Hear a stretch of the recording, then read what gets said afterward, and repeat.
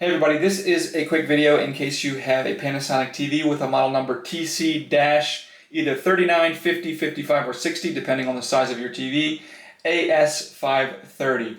And you need to do a hard reset to the factory default settings on it. I'll actually put the specific model numbers in the description so you can check. So you're going to want to do this for one of two reasons. The first one's troubleshooting, if it's not working or not connecting or not responding.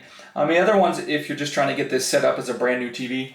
Now you can do this from the setup menu if you just go to menu, setup, system, factory defaults, and then confirm it with a yes. But if your TV is not responding or something like that, we can do this via the actual hardware, and which is what this video is about. So basically what you need to do is the TV needs to be on, and then on the back of the TV we're just going to find the volume down button, and on the remote control we're going to find the menu button.